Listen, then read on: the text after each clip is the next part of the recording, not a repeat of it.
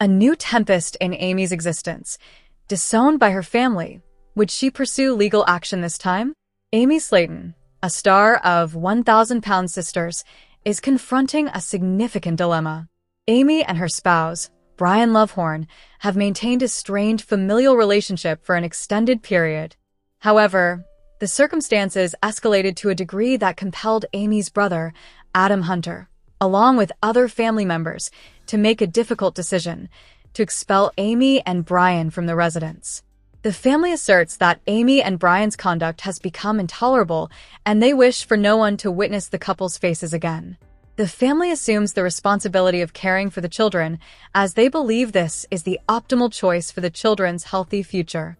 Amy, profoundly affected by this drastic decision, is now contemplating whether to solicit assistance from the police. She perceives this choice as unjust and cruel.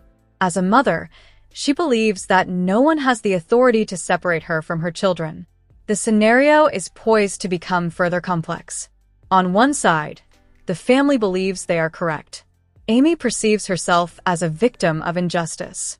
The question now is, where can the resolution to this disagreement be found? In a legal setting or via familial agreement?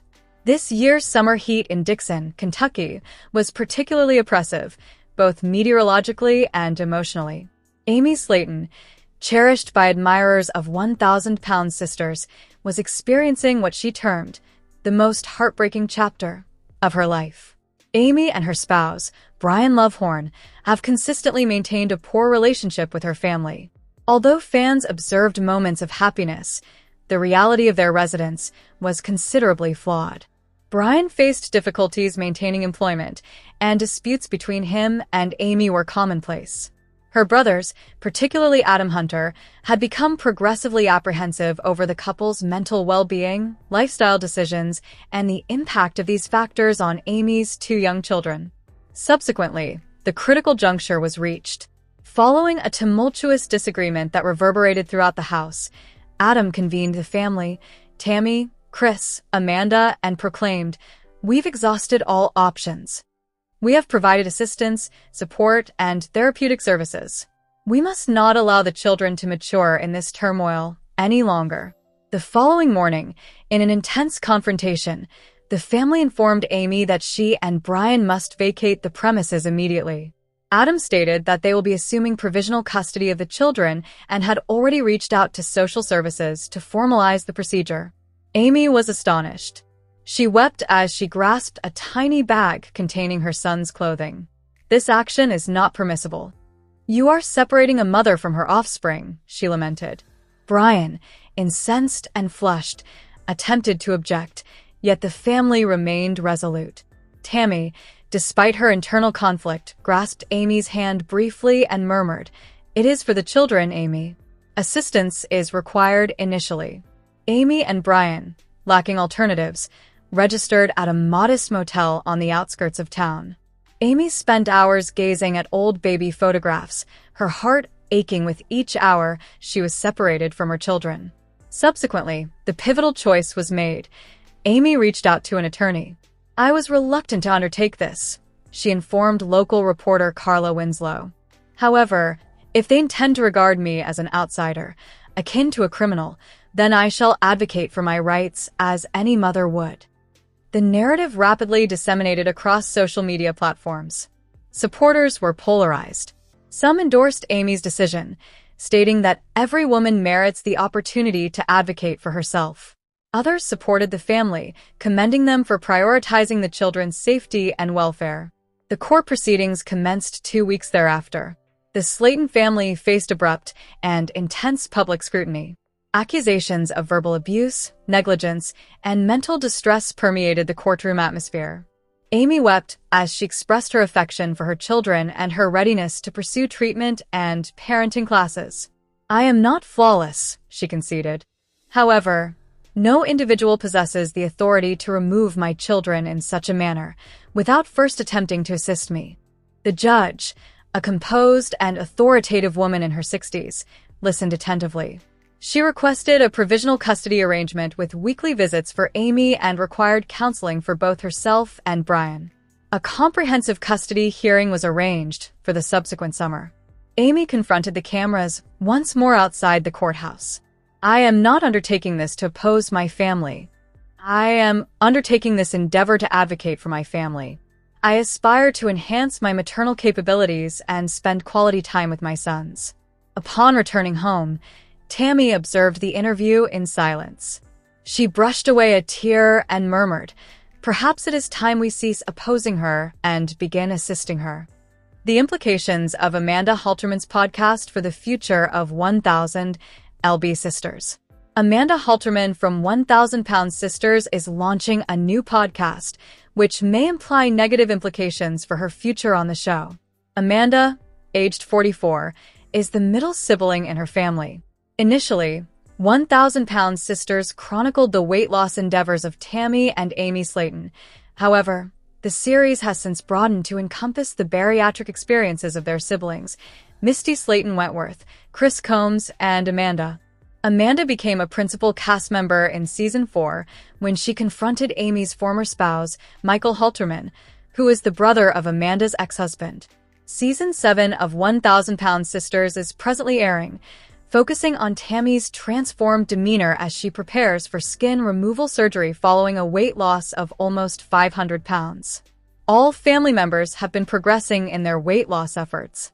Amanda and Misty underwent bariatric surgery on the same day. Although Misty has progressed further than Amanda, Amanda has also experienced weight loss. Amanda has been a fan favorite on the show, and as the family's weight loss journeys conclude, her future on the program remains uncertain. Amanda's romantic experiences have been tumultuous both prior to and after her involvement in 1000 Pound Sisters. Amanda divorced her former husband, Jason Halterman, in 2020 after 22 years of matrimony. The couple has 4 grown sons together. Amanda temporarily ceased dating, however her vivacious attitude led to risque comments and humorous flirtations on the show. Amanda began presenting a new partner, RJ, in early 2023, and she relocated to Florida at the conclusion of Season 6 to be with him. Little is known about RJ, as he never featured on the show and his relationship with Amanda did not succeed. In May 2024, Amanda disclosed on TikTok that RJ had ceased all communication with her. In Season 7 of 1000 Pound Sisters, Amanda returned to Kentucky, residing with Amy, and provided a brief account of the reasons for her homecoming. "I discovered that Prince Charming was not as enchanting as presumed." In early 2025, Amanda began showcasing a new partner, Leonard Moore, on social media. Leonard serves as the manager for Amanda and several other family members, appearing to possess complete authority over Amanda's Instagram and other social media sites. Amanda's content is consistently a collaborative post with Leonard, who promotes himself as a motivational speaker and Amanda's partner. Amanda is conflating professional and personal interests, which may lead to unfavorable consequences for her. If Amanda permits Leonard to make judgments regarding her future in relation to 1000 Pound Sisters and his motives remain ambiguous, Amanda may be at risk. Leonard has not yet appeared on 1000 Pound Sisters, as Season 7 was recorded before to their relationship. Leonard may seek publicity, but he might possibly have alternative intentions with Amanda. In a subsequently deleted Instagram post, Amanda, through Leonard, disclosed in June 2025 their intention to create a podcast centered on Amanda's provocative opinions. The forthcoming podcast is titled Tea Time with Amanda and is scheduled for release in 2025. This year, the tea is served steaming. Amanda Halterman has returned with increased audacity. The most authentic beverages, the most exhilarating narratives, and the unvarnished reality you have been anticipating, Leonard penned. The absence of the podcast mention on Amanda and Leonard's Instagram pages may indicate alternative plans or a desire to refine her content. Amanda is bound by a non-disclosure agreement with 1000 Pound Sisters, and should the podcast be released, it could lead to discussions of prohibited subjects, thereby violating her NDA. Amanda has contractual commitments, which Leonard, as her manager, should be cognizant of. Although Amanda and Leonard initially expressed enthusiasm for the podcast, its current omission raises suspicions. Amanda appears entirely engrossed in her life with Leonard and in realizing his aspirations for her. Nevertheless, although Amanda expresses her gratitude for being part of 1,000 Sisters in her Instagram bio, she may be attempting to dissociate herself from the series. Should Amanda launch a podcast, and if Leonard encourages her to explore more personal publicity opportunities rather than those associated with the show, her future with 1,000 Sisters may be uncertain. Amanda has not assumed a prominent position in Season 7, and her present interests appear to be misaligned with the marketing of 1,000 Sisters.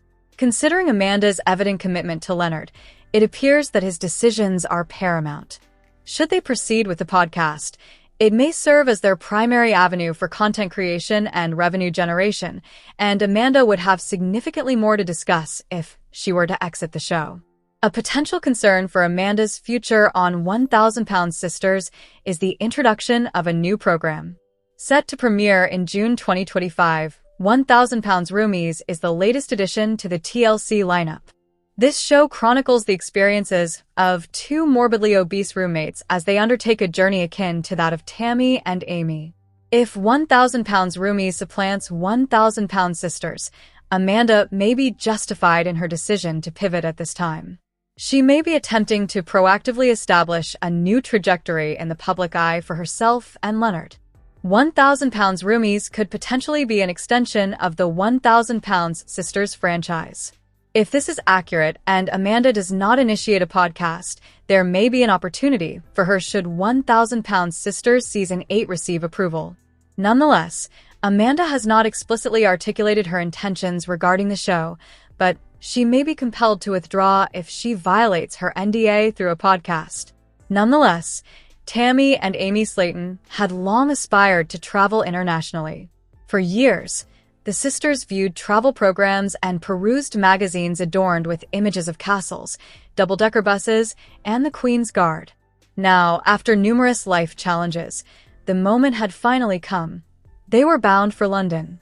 Upon disembarking from the plane at Heathrow Airport, Tammy and Amy were inundated with exhilaration. Tammy, now more agile with her electric scooter, surveyed her surroundings with astonishment. "We are in London, the London across the ocean," she declared.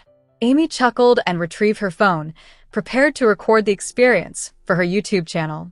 They were welcomed by their jovial guide, Oliver, a young British man with a sharp wit. "Prepared to conquer the Queen's domain?" he jested. "Only if she provides refreshments," Tammy retorted, eliciting laughs from the entire party. Their initial destination was Big Ben. Tammy gazed up at the renowned clock tower and murmured, "That's quite a large Ben. I anticipated a smaller Ben, perhaps." Amy chuckled and captured a selfie with her sister. Following their sightseeing, they partook in a traditional English afternoon tea at an upscale hotel. Delicate sandwiches, scones accompanied by clotted cream, and approximately 10 varieties of tea were presented. Tammy, dissatisfied with the quantity sizes, said to Amy, "These sandwiches resemble baby food. I require 5 of these stacks." Notwithstanding the size, they relished the experience. Amy adored the scones, while Tammy unexpectedly found an affinity for Earl Grey tea. On the third day, they visited Buckingham Palace. Tammy attempted to elicit a smile from one of the Queen's Guards by delivering a joke. She positioned herself in front of him and remarked, "Why did the Queen go to the dentist?" "To get her crowns checked." The guard remained impassive, but the surrounding tourists erupted in laughter. That afternoon, a little conflict arose when Tammy engaged in a dispute with a tourist who made an impolite remark. Amy promptly intervened and diffused the situation. "We are here for enjoyment. Let's not transform Buckingham into a battleground," she stated. They could not visit London without sampling fish and chips. At a quaint pub near the Thames River, Tammy exclaimed, "This fish is exceptional." Amy appreciated the crispy batter and thick-cut fries. They also tasted mushy peas, but Tammy remarked that it resembled baby Hulk food. Subsequently, they ascended the London Eye.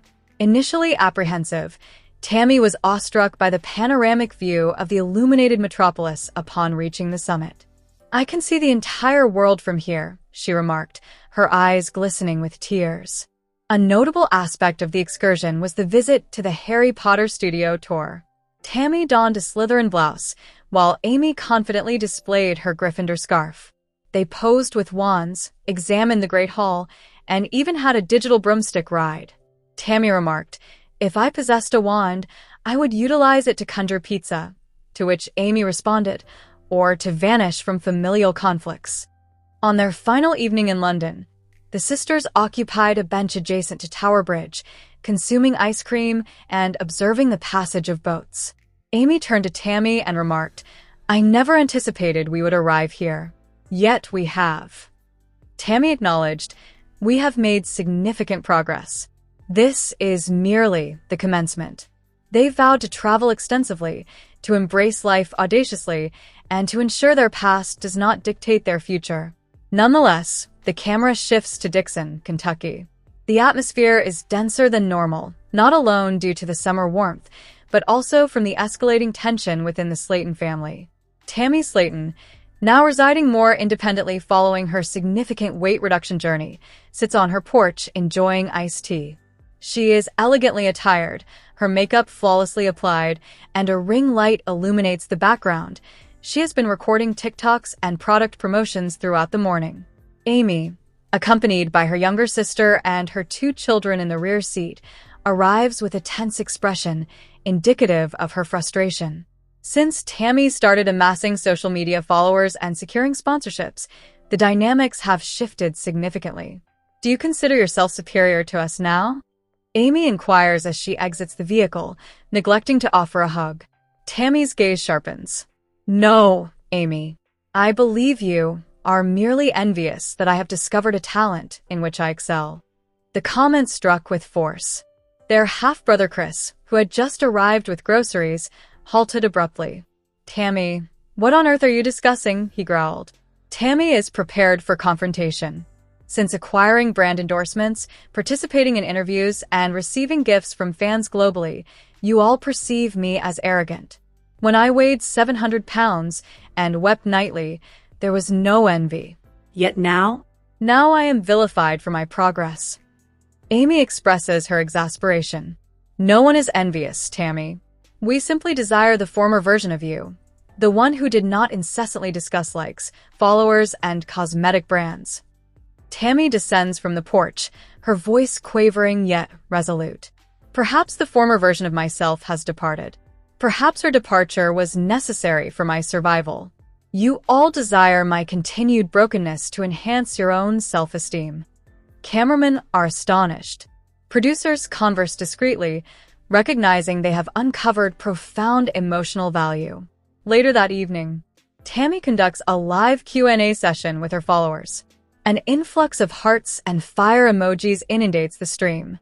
One individual inquires, "Is it accurate that your family harbors jealousy towards you?" Tammy exhales deeply, gazing into the camera. "Indeed, I believe they are. Nonetheless, I still cherish them. I merely wish they would support me as strangers on the internet do." Amy observes the live broadcast from her room, tears welling in her eyes. The following morning, Amy raps on Tammy's door, clutching an antiquated photo album. "Let us not forget our origins, Tam. You are currently radiant, yet we all contributed to igniting that flame. Just do not incinerate the rest of us in the process." Tammy gazes at the photographs, 2 little sisters in dungarees, clasping hands on a muddy rural path. Her expression softens. "Perhaps we all experienced a modicum of jealousy," she adds, her voice faltering. "However, I do not wish to forfeit our relationship due to notoriety." They embrace, a gesture that conveys more than verbal expression. For the moment, the conflict subsides, although in the realm of reality television, tranquility is ephemeral. Nevertheless, in the tranquil town of Dixon, Kentucky, the sun ascended as customary, gradually and golden, illuminating the modest residence of the Slayton sisters, Amy and Tammy. However, within that abode, the day did not genuinely commence until a specific event transpired, the crack and fizz of a chilled Coke being uncapped. For years, the sisters depended on soda as their source of energy.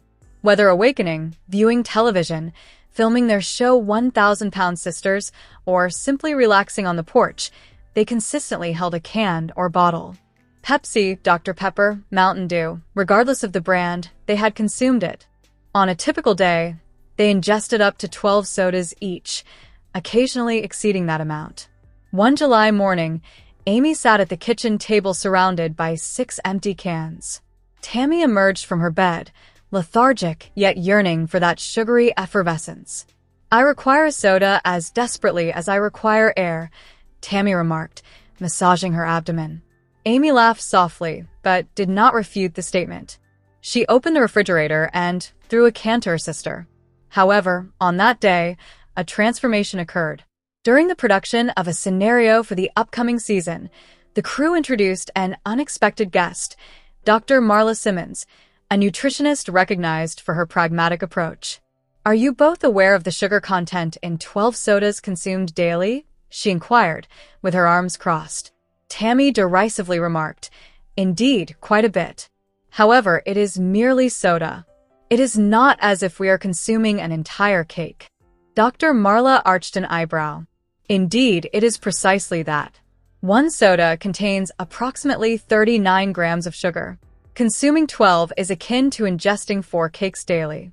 The room fell silent. Amy gazed at her hands. For once, Tammy lacked a retort.